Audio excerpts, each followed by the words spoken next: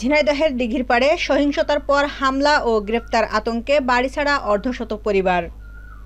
ঝিনাইদহ সদর উপজেলার দিঘিরপাড় গ্রামে আধিপত্য বিস্তারকে কেন্দ্র করে সংঘর্ষ, প্রাণহানি ও তাণ্ডবের ঘটনায় চরম আতঙ্কে রয়েছে সাধারণ মানুষ।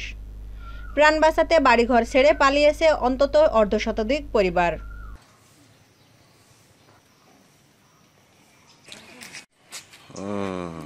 ফাঁকা হয়ে যাওয়া এসব বাড়িতে চলছে ব্যাপক ভাঙচুর ও লুটপাট।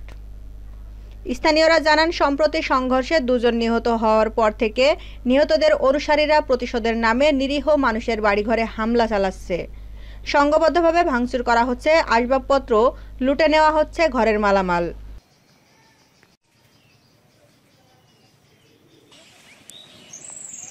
এমনকি গৃহপালিত পশু, গরু, ছাগল পর্যন্ত জোর করে নিয়ে যাচ্ছে দুর্বৃত্তরা।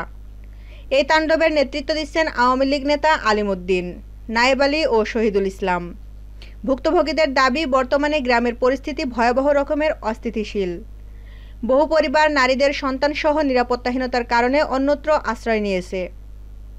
দ্রুত এসব অপকর্মের বিরুদ্ধে ব্যবস্থা নেওয়ার দাবি তাদের।